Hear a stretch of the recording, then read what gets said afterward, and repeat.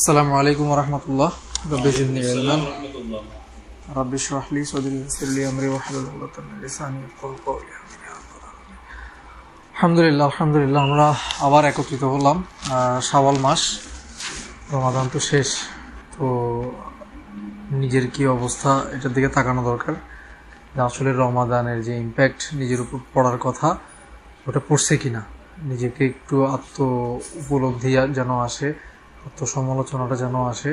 আমি শুরুতেই বলবো মানে নিজেকে নিয়ে আজকে যেন একটু বসা হয়, নিজেকে নিয়ে একটু চিন্তা করা হয় যে আসলে রমাদানের যে ট্রেনিংটা, ওই ট্রেনিংটা কি আসলে আমার হয়েছে কিনা, আমি কি আসলে আল্লাহর জন্য নিজেকে ট্রেন করতে পারছি কিনা। যদি না পেরে থাকি, ভুল থেকে থাকতে পারে, কমতি থাকতে পারে, কারোটাই পারফেক্ট হবে না। সেই ক্ষেত্রে আল্লাহর কাছে আবার তৌফিক চাওয়া, চেষ্টা করা, কারণ আমাদের গোল তো আল্লাহ। হ্যাঁ, আমরা আল্লাহর দিকেই ফিরে যাচ্ছি, তো ওইটা যেন ঠিক থাকে আর কি। রমাদানের যেটা গোল, তাকওয়া অর্জন প্রত্যেকটা কাজে কর্মে। দ্বিতীয় আরেকটা রিমাইন্ডার দিতে চাই, সেটা হচ্ছে আমাদেরকে একদম এই হালাকাগুলোর শুরুতে সাইদ ভাই শুরু করছিল, কারো মনে আছে কিনা আমি জানি না, থাকবে ডেফিনেটলি, ইখলাস দিয়ে। ইখলাস, সো ইখলাস নিয়ে যদি আপনি পার্সোনালি পড়াশোনা করতে যান বা কেউ যদি করে থাকেন, একটা বিষয় খেয়াল করবেন, ইখলাস মানে তাওহীদ যদি হয় আপনার একটা থিওরিটিক্যাল ব্যাপার, ইখলাস হচ্ছে গিয়ে আপনার প্র্যাকটিক্যাল অ্যাসপেক্ট অফ দ্যাট। মানে কয়েন একটাই, কয়েনের এই পাশ আর ও পাশ। তো তাওহীদ যদি থিওরি হয় আর ইখলাস যদি প্র্যাকটিক্যাল হয়, তাহলে ইখলাস শিখার চাইতে প্র্যাকটিক্যালি প্রত্যেকটা কাজে ইখলাস ঠিক করে আগানো, এটা শিখার চাইতে আর কোনো ইম্পর্টেন্ট কাজ পৃথিবীতে আছে বলে তো মনে হয় না, তাই না? তো আমি কালকেও সালাফদের লাইফ পড়তেছিলাম, একজন লাইফ পড়তেছিলাম, উনি 11 বছর শুধু একটা জিনিস শেখার জন্য সময় দিয়েছে, ইখলাস। 11 বছর মানে উনার স্টাডি শেষ করছে, উনি উনার সময়ের শ্রেষ্ঠ ফকিহদের একজন, এবং উনার ফিক স্টাডি শেষ করার পর, ফকিহ হয়ে যাওয়ার পর জনগণ এবং স্কলারদের কাছে ওনার অ্যাকসেপ্টেন্স, একজন আলিম হিসেবে অ্যাকসেপ্ট হয়ে যাওয়ার পরেও উনি 11 বছর নিজেকে ট্রেন করছে শুধু একটা জিনিস ঠিক করার জন্য, সেটা কি? ইখলাস। এটা আমি কমটা বলতেছি, বেশিও আছে, অনেকে 20 বছর 30 বছর ধরে শুধু বলতেছে যে এটা এত কঠিন, আমার 20 বছর 30 বছর শুধু এটার পিছনে মেহনত করতে হয়েছে। কথাগুলো বলার একটা উদ্দেশ্য আছে, উদ্দেশ্যটা হচ্ছে মানে ইখলাস আসলে ঠিক করাটা অত সহজ বিষয় না। হ্যাঁ, ওনারা তো আসলে কাজ মানে শিখতেন, যেটাই শিখতেন থিওরিটিক্যালি ওটা আবার প্র্যাকটিক্যাল অ্যাপ্লাই করতেন। তারপরও যদি শিখার পরও যদি 10 বছর 20 বছর 30 বছর যদি আবার আলাদা করে শুধু একটা জিনিসে ফোকাস দিয়ে ঠিক করা লাগে, তো আমার আপনার তো আসলে মানে আমাদেরকে খুঁজে পাওয়া যাওয়ার কথা না। তো ভাই আমি বলবো, আমি যখন শুরু করছিলাম সাইদ ভাইয়ের হালাকা অ্যাটেন্ড করার পর ইখলাসের ব্যাপারটাতে মনোযোগী হওয়া শুরু করছে, দেখি যে ওয়াল্লাহ খবর হয়ে যাচ্ছে, মনেই থাকে না, ছুটে যায়। হ্যাঁ, এটা কিন্তু এটা রিয়ালিটি। তো যখন মনে থাকবে না, ছুটে যাবে, তখন আমরা কি করব? যেহেতু আমরা ভুলে গেলে আমাদেরকে ক্ষমার একটা ব্যাপার আছে, আমরা মাফ চেয়ে নিব। আল্লাহ, আমি মানে তো এটা ইখলাসের সাথে হয় নাই, আমি নিয়ত ঠিক করে কাজটা আগাই নাই, তাহলে নিয়ত ঠিক করার যে ব্যাপারটা, অর্থাৎ ইখলাসের যে ব্যাপারটা, ওটা যদি ভুলে যাই বা ভুল হয়ে যায়, আমরা যেন ইস্তিগফার করে ওটা যেন ঠিক করে নিই। আশা করবো যে একটা ভালো কাজ করার পর, ইস্তিগফার করার পর, মাফ চাওয়ার পর আমরা আশা করতে পারি যে আল্লাহ সেটা কি করছেন, কবুল করছেন। ভালো কাজ করার পর আশা করা যায়, খারাপ কাজ করে তো আমরা আশা করবো না, ঠিক আছে? তো এই রিমাইন্ডারগুলো দিয়ে শুরু করতেছি। আমরা সিরাতে চলে যাই। সিরাতে আমাদের একদম সর্বশেষ যে আলোচনাটা ছিল, সেটা ছিল হচ্ছে রাসূলুল্লাহ সাল্লাল্লাহু আলাইহি ওয়াসাল্লাম, উনি একজন শেফার্ড ছিলেন এবং উনি ফ্যামিলিতে কন্ট্রিবিউট করতেন। মনে আছে কিনা? উনি যখন 14-15 বছর বয়স, তখন উনি বকরি চড়াতেন, এবং সেটা দিয়ে উনি চাচার আন্ডারে যেহেতু ছিলেন, ওনার চাচার আবার ইকোনমিক অবস্থা অত ভালো ছিল না, তো উনি যেটা করতেন, ফ্যামিলিতে ইকোনমিক কন্ট্রিবিউশন ওনার ছিল। তো ওখান থেকে লেসন যেটা আমরা লাস্ট নিয়েছিলাম, সেটা হচ্ছে আমাদের যে ওই বয়স থেকে 12, 13, 14 হয়ে গেলে আমাদের সন্তানেরা, আমাদের ছোট ভাই বোনেরা, ইভেন এখনো আমরা যারা এখানে উপস্থিত আছি, আমরাও যেন কি করি, ফ্যামিলিতে যাতে অ্যাক্টিভ কন্ট্রিবিউশন করি।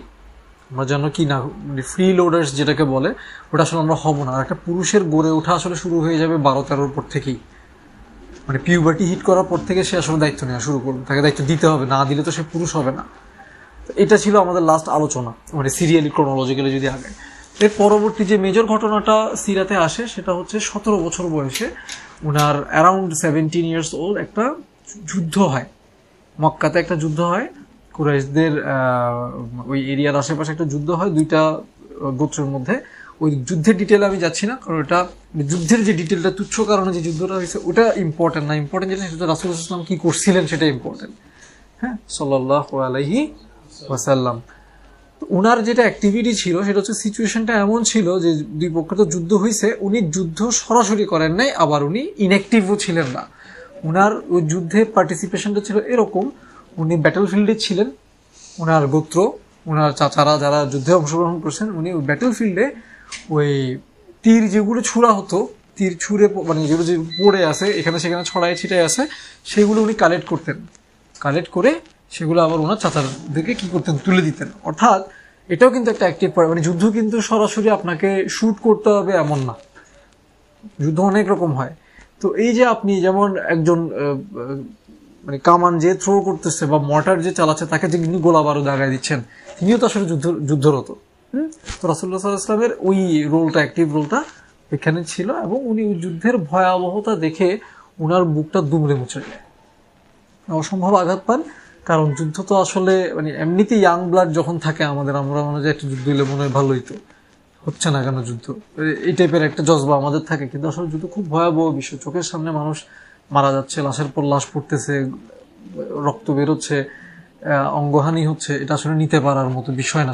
এটা আসলে কোনো সুস্থ মানুষের চাওয়া হইতে পারে না যে যুদ্ধ চলবে, মানুষ মরবে, এটা আসলে একটা সুস্থ মানুষের চাওয়া হইতে পারে না। তো উনি তো আরো কোমল হৃদয়ের অধিকারী ছিলেন, এবং উনার যুদ্ধ পরবর্তী যে চিন্তা ভাবনা ওইটাতে আমরা ফোকাস করব। উনি এরপর চিন্তা করছেন, না এরকম অন্যায় বিষয়গুলো তো আসলে মেনে নেওয়া যায় না, আমি তো বসে থাকতে পারি না, we need to do something. উনি এলাকার ওখানে যারা গোত্রের যত ইয়াং ছেলে পেলে ছিল, ওই এলাকার যত ইয়াং ছেলে পেলে ছিল সবাইকে ডাক দিয়ে উনি একটা সংগঠন শুরু করেন। এই সংগঠনের নাম আপনারা সবাই জানেন, বলতে পারবেন? হিলফুল ফুজুল। তো এটারও একটা হিস্ট্রি আছে। হিলফুল ফুজুল নামটা হিলফুল ফুজুল কেন, ওই হিস্ট্রিতে যাচ্ছি না, যেহেতু আমরা আসলে আমাদের ফোকাস হচ্ছে সিরা থেকে নিজের ডেভেলপমেন্টে। সো আমি ওখানে মানে ফোকাস থাকবো।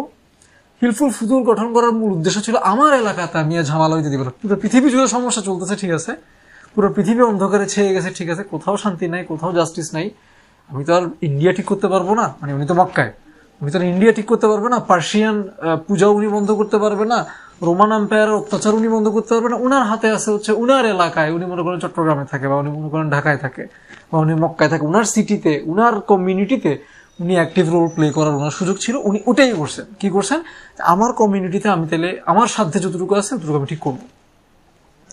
তো সমমনা যারা মানে এই যে গোত্র প্রীতি যেটাকে বলে, গোত্র প্রীতি, যে নো ম্যাটার হোয়াট আমি আমার গোত্রের পক্ষেই থাকবো, আমার গোত্রের এগেনস্টে আমি যাব না, আমার গোত্র যাই করুক না কেন আমার গোত্রকে আমি সাপোর্ট দিব, এটা ছিল তৎকালীন অবস্থা। আমাদের মতো আর কি ন্যাশনালিজম আর কি, no matter what Bangladesh is right, বা আমার দেশই রাইট, বা আমার জাতি রাইট। তো এটা তো আসলে ঠিক না। তো ওটার এগেনস্ট ওনারা দাঁড়ান যে এটা যদি আমার বাবাও হয়, এটা যদি আমার কোর ফ্যামিলি মেম্বারও হয়, আমার গোত্রের কেউ হয়, সে যদি অন্যায়কারী হয় আমি তার এগেনস্টে দাঁড়াবো। এটা ছিল ওই সংগঠনটার মূলনীতি, যে মানে কোনো অন্যায় আমরা বরদাস্ত করবো না, অন্যায়ের এগেনস্টে আমরা দাঁড়াবো। যাই হোক, আমরা জানি এই 17 বছর বয়স থেকে শুরু করে 40 বছর বয়স পর্যন্ত, এবং ইভেন উনি নবুয়ত পাওয়ার 10-12 বছর পরেও, মানে জীবনের শেষ দিকেও উনাকে যখন হিলফুল ফুজুলের কথা মনে করাই দেওয়া হয়, উনি এটা নিয়ে খুব প্রাউড ছিলেন, মানে হি ওয়াজ হ্যাপি দ্যাট আমরা এরকম একটা কাজ করছিলাম। হ্যাঁ, এবং ওটা নিয়ে ওনাদের মধ্যে একটা কি ছিল, মানে একটা ভালো লাগা কাজ করতো যে আমরা এরকম একটা অ্যাক্টিভিটি শুরু করছিলাম। কিন্তু এখন আরেকটা দিকে একটু ফোকাস করি, হচ্ছে মানুষ মুহাম্মাদের একটা কি বলবো, এন্টারপ্রেনারশিপ বলবো, মানে এটা তো আসলে বিজনেসের সাথে কানেক্টেড না, মানে উদ্যোক্তা হিসেবে, বা একটা উদ্যোগ, মানে উনি সামাজিক একটা উদ্যোগ নিয়েছেন। দেখেন, মানুষ মুহাম্মদ সাল্লাল্লাহু আলাইহি ওয়াসাল্লাম মানুষকে নিয়ে যেটা একটা ব্যথা থেকে, বেদনা থেকে বসে থাকতে না পেরে একটা অ্যাক্টিভিটি যেটা উনি শুরু করছেন, সেটা কিন্তু দেখেন 40 বছর বয়স পর্যন্ত উনি এটা কাজ করে গেছেন। আসলে মক্কা বা মদিনা বা মক্কার সিচুয়েশন কি ঠিক করতে পারছেন ওনারা? মক্কার জুলুম কি বন্ধ হয়েছে? অন্যায়, অবিচার, দুর্নীতি বন্ধ হয়েছে? হয় নাই কিন্তু।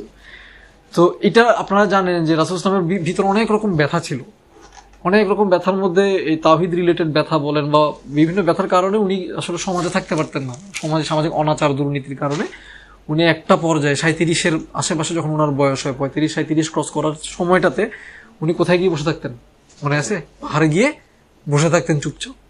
এটা কেন বলতেছি, এটা বলার একটা কারণ আছে। কারণটা হচ্ছে, তারপরে উনি বন্ধ করতে পারেন নাই, চেষ্টা করছেন, বন্ধ করতে পারেন নাই বলে আবার বসেছিলেন না, চেষ্টা করে গেছে।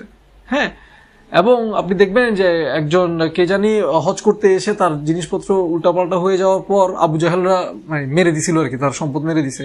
রাসূলুল্লাহ ইসলাম কিন্তু তখন ওনার এগেইনস্টে অলরেডি কি চলতেছে, দুর্বিষহ অত্যাচার চলতেছে, কিন্তু উনি ওই লোককে গিয়ে আবু জাহেলের দরজায় গিয়ে দাঁড়াইছে, তুমি আসো, মানে ও অন্যায় করতে পারবে না, কেউ অন্যায় করতে পারবে না। নিজের ব্যাপারে উনি ক্ষমা করছে সবসময়, কিন্তু আরেকজনের ব্যাপারে উনি সবসময় কি ছিল, খুব টাইট ছিল। তো দেখেন এই মানুষটা 40 বছর বয়স পর্যন্ত ফেলিয়ার কি বলা যায় না? এই মোটা দাগে যদি দেখি, মক্কা তো ঠিক হয় নাই। 40 বছর বয়সে আল্লাহ ওনাকে কি দিলেন, নবুয়ত দিলেন।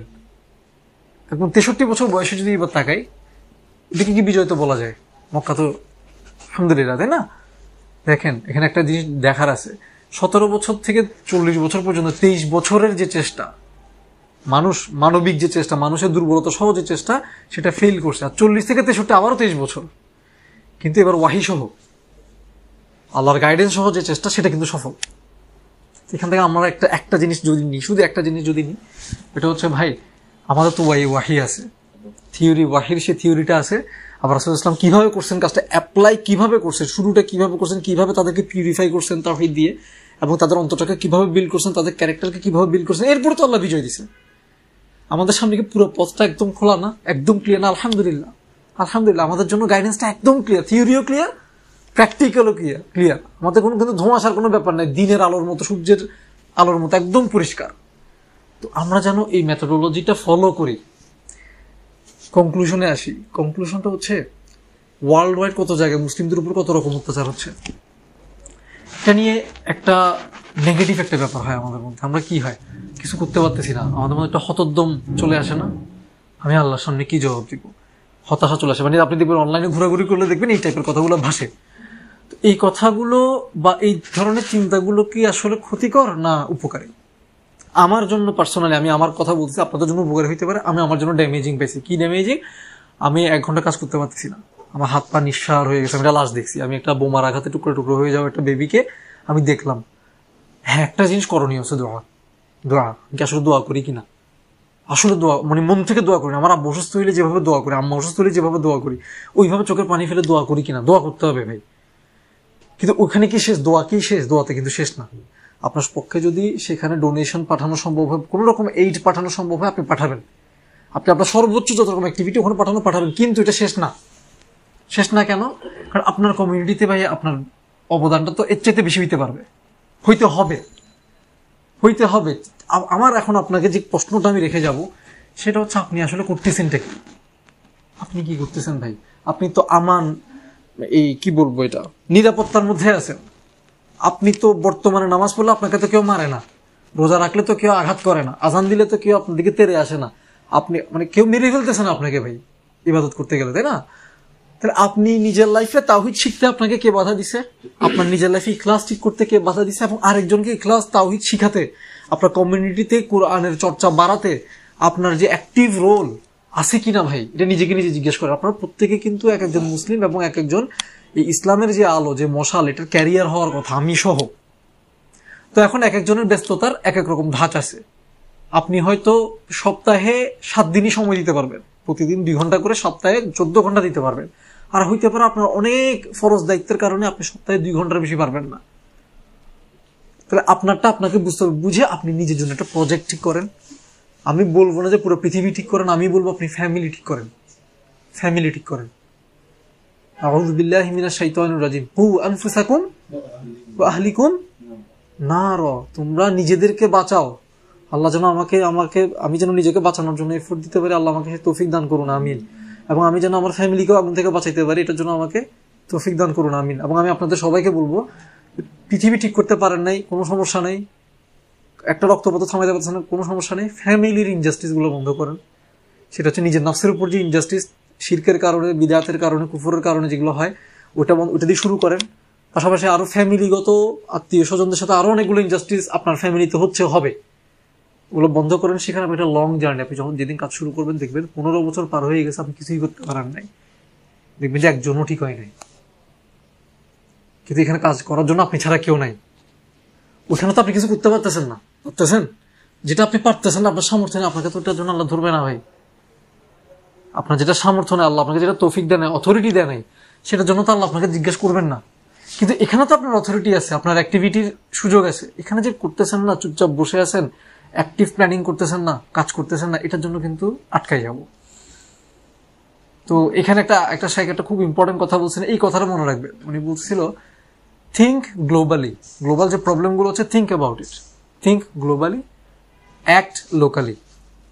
অ্যাক্ট লোকালি, আপনার এলাকায়, আপনার ঘরে, আপনার আত্মীয় স্বজন, আপনার সারাউন্ডিং, আপনি ছাড়া ভাই কাজ করার কেউ নাই, ওইখানে অ্যাক্ট করেন ভাই, ওইখানে অ্যাক্ট করেন। ঠিক আছে? তো দেখেন আমরা কিন্তু হালাকাগুলোতে আসতেছি, যাচ্ছি, কাজ করতেছি কিনা, এটা হচ্ছে ইম্পর্টেন্ট বিষয়। নইলে আমার কাছে আসলে হালাকার গুরুত্ব দিন দিন আমার কাছে কমতেছে কেন? আমরা খালি আসি যাই, কাজ করি না, তাহলে কিন্তু হবে না। আমি এখানে আসার একটা বড় উদ্দেশ্য, আমাকে যখন ভাই রিকোয়েস্ট করছে, আসার একটা বড় গোল হচ্ছে, এবং আমি সিরাটাকে আলোচনা করতেছি সব অ্যাক্টিভিটি কেন্দ্রিক। তো আমি যদি কাজ না করি, আপনারা যদি কাজ না করেন, তাহলে কিন্তু আসলে আসা যাওয়ার বেনিফিট নাই বলবো না, তো এটা গোল না। গোল হচ্ছে কাজ করতে হবে, নিজেকে ঠিক করতে হবে, অ্যাক্টিভ। তো আমি নেক্সট হালাকাতে জিজ্ঞেস করব যে আসলে কি অ্যাক্টিভিটি নিচ্ছেন, এই এক সপ্তাহে নতুন কি শুরু করছেন, যেটা আপনি সারা জীবন কন্টিনিউ করবেন ফ্যামিলিতে। দেখা যাবে আগামী রবিবার থেকে আর কেউ আসতেছে না। এটা যেন না হয় আর কি ভাই, কেমন? এটা আপনার দায়িত্ব, এটা আপনার দায়িত্ব।